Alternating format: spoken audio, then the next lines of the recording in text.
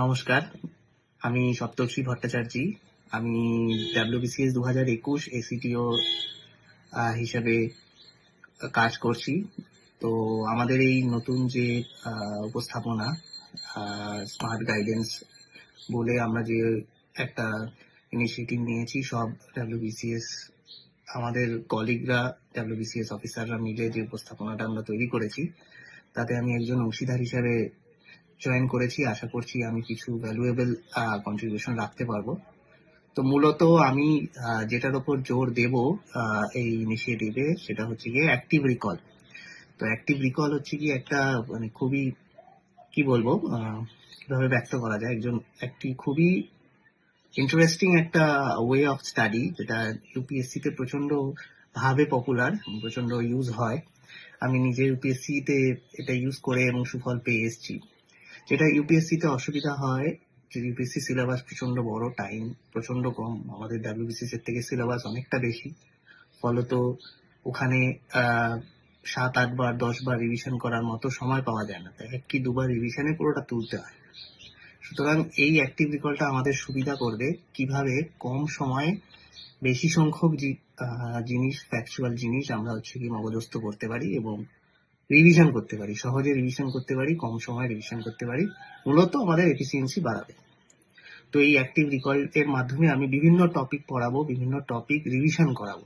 যে টপিকগুলো ক্লাসে বিভিন্ন WBCS অফিসাররা, আমাদের মেন্টাররা যেটা পড়াবেন, সেই টপিকের ওপর একদিন হচ্ছে কি রিভিশন ক্লাস হবে, যেখানে স্টুডেন্টরাও অ্যাক্টিভলি হচ্ছে গিয়ে এখানে অ্যাড করবেন, নিজেদের পয়েন্টগুলো বলবে এবং তার ফলে একটা সুন্দর অ্যাক্টিভ রিকলের সেশন হবে। প্রত্যেকটা টপিকের ওপর অ্যাক্টিভ রিকলের একটা সুন্দর ক্লাস করা যায়।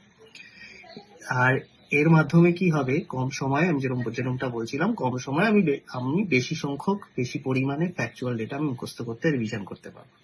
এটার আজকে আমি একটা এক্সাম্পল দেখাবো, আর পরবর্তী দিনে আমি আরো কয়েকটা এক্সাম্পলের ভিডিও দেওয়ার চেষ্টা করব।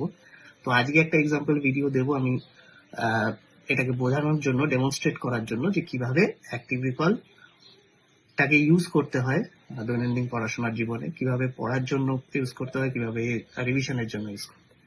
এবারে তাহলে আমরা একটা এক্সাম্পল দেখি, যে এক্সাম্পলের মাধ্যমে আমরা অ্যাক্টিভ রিকলটাকে বুঝতে পারবো যে অ্যাক্টিভ রিকল কিভাবে করতে হয়, অ্যাক্টিভ রিকলের মাধ্যমে কিভাবে পড়াশোনা করতে হয়, অ্যাক্টিভ রিকলের মাধ্যমে কিভাবে কোনো টপিক মুখস্থ করতে হয়, কিভাবে কোনো টপিক রিভিশন করতে হয়। রিভিশনে সবচেয়ে বেশি কাজ আসবে, যেমন আমি বলছিলাম, যে কম সময়ে বেশি সংখ্যক ফ্যাক্টস আমি আমার মাথায় তুলতে পারবো।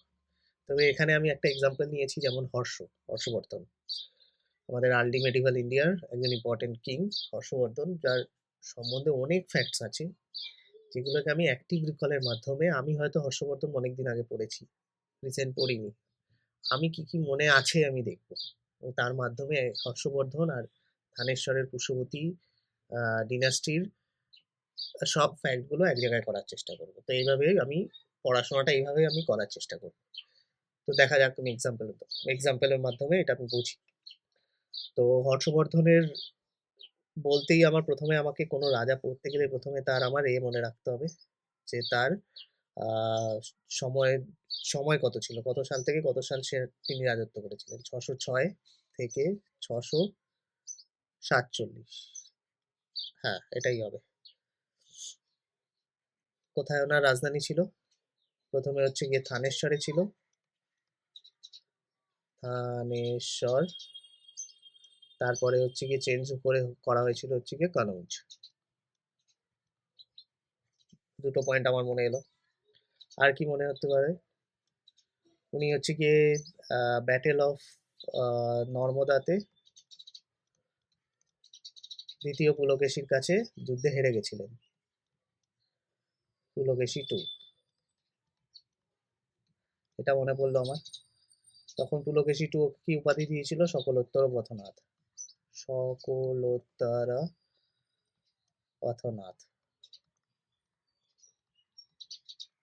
সকলোত্তর পথনাথ। আর কি আমার পয়েন্ট মনে আসতে পারে? তাহলে সকলোত্তর পথনাথ দিয়েছিলেন। আর কিছু উপাধি কি ছিল হর্ষবর্ধনের? হর্ষবর্ধনের আরেকটা ইম্পর্টেন্ট উপাধি ছিল শিলাদিত্য। শিলাদিত্য। আর কি মনে করতে পারি আমরা? আর কি মনে করতে পারি? যেমন হচ্ছে গিয়ে পুলকেশী 2 কে হর্ষবর্ধন একটা উপাধি দিয়েছিলেন, সেটা হচ্ছে গিয়ে দক্ষিণ পথস্বেরা। দক্ষিণ পথস্বেরা, পথস্বেরা, এটা একটা পয়েন্ট হতে পারে।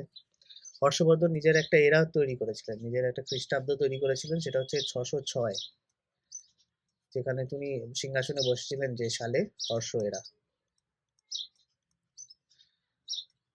উনি হচ্ছে গিয়ে প্রয়াগ ফেস্টিভ্যাল শুরু করেছিলেন কানাউজে। প্রয়াগ ফেস্টিভ্যাল, প্রয়াগ ফেস্টিভ্যাল করতেন কানাউজে এভরি 5 ইয়ার্স।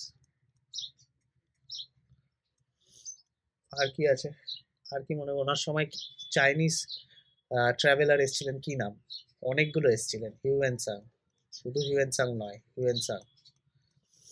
ওনাকে হচ্ছে কি প্রিন্স অফ ট্রাভেলার্স বলা হয়, এটাও মনে রাখতে হবে আমাদের, প্রিন্স অফ ট্রাভেলার্স বলা হয়। তারপর হচ্ছে গিয়ে হিউয়েন সাং এর লেখা বইয়ের নাম আমরা কি মনে করেছি, সি ইউকি।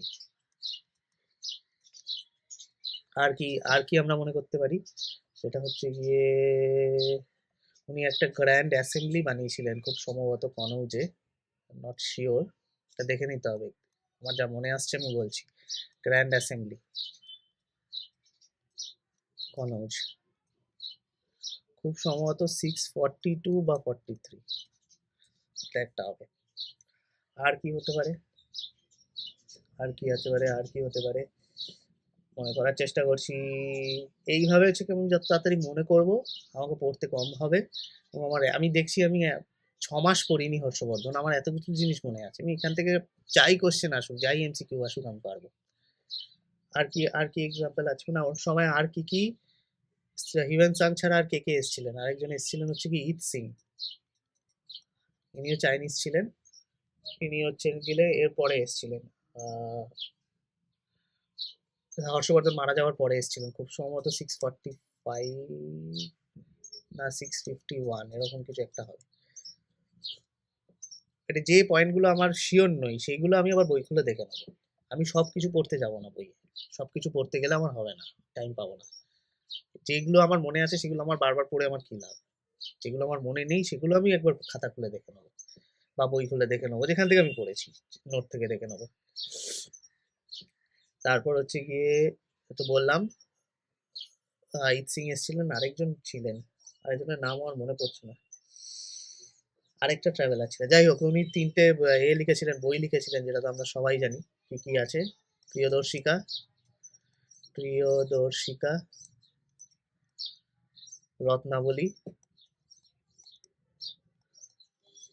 আর নাগানন্দ, নাগানন্দ। এর মধ্যে এই নাগানন্দ বইটা ইম্পর্টেন্ট, কারণ এইখানে হচ্ছে গিয়ে বোধিসত্ত্ব জীমুতবাহনকে নিয়ে লেখা, বোধিসত্ত্ব সত্ত্ব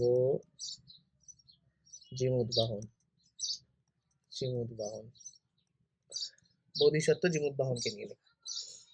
আর কি আছে, আরেকটা তো আমার ইম্পর্টেন্ট, আমার মনে হচ্ছে নৌশাসী ইনস্ক্রিপশন, নৌশাসী ইনস্ক্রিপশন থেকে ওনার কথা জানা যায়। নৌশাসী ইনস্ক্রিপশন ছিল বল্লভী কিং, ধ্রুব সেনার ইনস্ক্রিপশন, উনি নিজের জন্যই লিখেছিলেন, কিন্তু এখান থেকে আমি হর্ষবর্ধনের সম্বন্ধে অনেক কিছু জানতে পারি, কারণ সমসাময়িক ছিল। আর হর্ষবর্ধনের সভাকবি কে ছিল, আমরা জানি হর্ষবর্ধনের সভাকবি ছিল হচ্ছে গিয়ে বাণভট্ট, বাণভট্ট, বাণভট্টর লেখা এগুলোর নাম কি, হর্ষচরিত আর পার্বতী পরিণয়, হর্ষচরিত, পার্বতী পরিণয়। আমি কিন্তু একটা কিচ্ছু পড়ছি না, কিন্তু আমার যা মনে আসছে আমি সেগুলো লিখছি, মানে এগুলো সব মনে আছে, তার মানে আমাকে এগুলো আর পড়তে হবে না, পার্বতী পরিণয়। আচ্ছা, হর্ষবর্ধনের একটা ইম্পর্টেন্ট হচ্ছে যে Harshavardhana was a good flute player, he was a flute player, Harshavardhana was a flute player. আচ্ছা, বানভট্ট হয়ে গেল। আচ্ছা, হর্ষবর্ধন হচ্ছে গিয়ে নালন্দা, নালন্দার জন্য 10টা ভিলেজের রেভিনিউ কালেক্ট করে নালন্দা ভিলেজকে দিতেন, 10 village revenue granted two Nalanda. এতগুলো পয়েন্ট হয়ে গেল, এর বাইরে হর্ষবর্ধন থেকে পয়ে আসার সম্ভাবনাই খুব কম, স্পেশালি প্রিলিমে তো এর বাইরে থেকে কিছু আসবেও না। আর হর্ষবর্ধন আমি জানি, প্রভাকর বাবার নাম ছিল প্রভাকর বর্ধন, প্রভাকর বর্ধন। ওর বড় ছেলের নাম ছিল রাজ্যবর্ধন। রাজ্যবর্ধনকে কে মেরেছিল? শশাঙ্ক। আর হচ্ছে গিয়ে ওর বোন ছিল হচ্ছে গিয়ে রাজ্যশ্রী। রাজ্যশ্রী হচ্ছে গিয়ে কার সাথে বিবাহ বন্ধনে আবদ্ধ হয়েছিল? মৌখরী বংশের। মৌখরী বংশের খুব সম্ভবত গ্রহবর্মন। এটা একবার দেখে নিতে হবে আমাকে। গ্রহবর্মন, গ্রহবর্মনই হবে, এতটা ভুল করবো না। গ্রহবর্মন। যখন হচ্ছে গিয়ে একে রাজশ্রী হচ্ছে গিয়ে ফাইনাল ফিউয়ারে গ্রহবর্মনকে মেরে দিয়েছিল শশাঙ্ক, আর রাজ্যবর্ধনকে সতী করতে যাচ্ছিল, তখন এসে হর্ষবর্ধন 18 বছর বয়সে এসে রাজা হয়ে ওকে বাঁচিয়েছিল। এটা আমরা সবাই পড়েছি। আর হচ্ছে গিয়ে আর কি আছে, হ্যাঁ, হর্ষবর্ধনের সময় একটা ইম্পর্টেন্ট ইকোনমি কে ছিল? স্কন্দবর। স্কন্দবর হঠাৎ মনে পড়লো। স্কন্দবর হচ্ছে কি মিলিটারি ক্যাম্প। Military camp. স্কন্দবর মানে হচ্ছে কি মিলিটারি ক্যাম্প। এই সময় থেকেই ডিসেন্ট্রালাইজেশন গুলো বাড়তে শুরু করে, আস্তে আস্তে হচ্ছে গিয়ে ডিসেন্ট্রালাইজ গুলো, আর ওই জন্য ল্যান্ড গ্র্যান্ট দেওয়া হয়, স্যালারির বদলে স্কন্দবরগুলোকে ল্যান্ড গ্র্যান্ট দেওয়া হতে শুরু করে। এই হয়ে গেল হর্ষবর্ধন। কত কিছু আমরা জানলাম।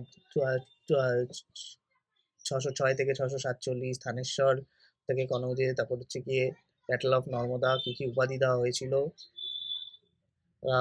কোথায় প্রয়াগে ফেস্টিভ্যাল বানানো হয়েছিল, কে কে ওর সময় এসেছিল, কোথায় অ্যাসেম্বলি বানানো হয়েছিল, ওর সভাকবি কে ছিল, আর কিছু ইম্পর্টেন্ট ইকোনমিক পয়েন্টস।